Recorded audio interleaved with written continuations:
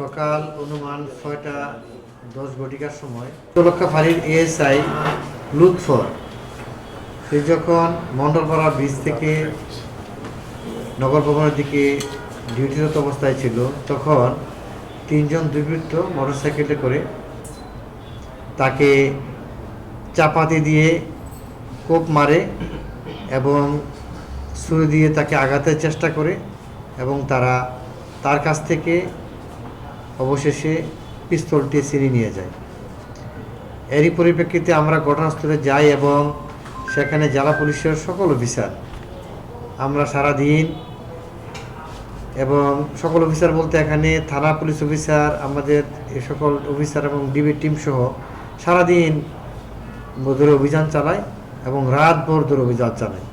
সবশেষে রাত আনুমানিক 3:15টার সময় বন্দর থানা এলাকা থেকে মিশাল নামক এক ছেলেকে আমরা গ্রেপ্তার করি এবং তার দেখানো মতো সেখান থেকে আমরা সেই ছিনতাইকৃত পিস্তলটি গুলিসহ এবং ম্যাগাজিন সহ সেখান থেকে আমরা উদ্ধার করতে সমর্থ হই।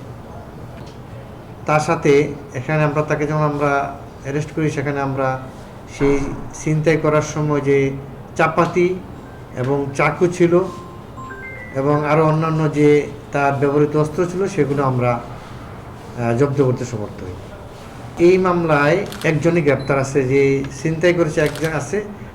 তবে আমরা যেটা আমাদের দস্যুতা হয়েছে, যে পিস্তলটি নিয়ে গেছে, ওই ঘটনায় 3 জনের মধ্যে আমরা একজনকে অ্যারেস্ট করেছি আর বাকি 2 জনকে আমরা আমরা অভিযান অবশ্যই চলছে। এখন তার মধ্যে একটি দর্শন মামলা আছে এবং সে আমরা জানি যে সে মাদকাসক্ত, এবং আরও দেখছি যে আরও কী মামলা আছে আমরা আরও দেখছি।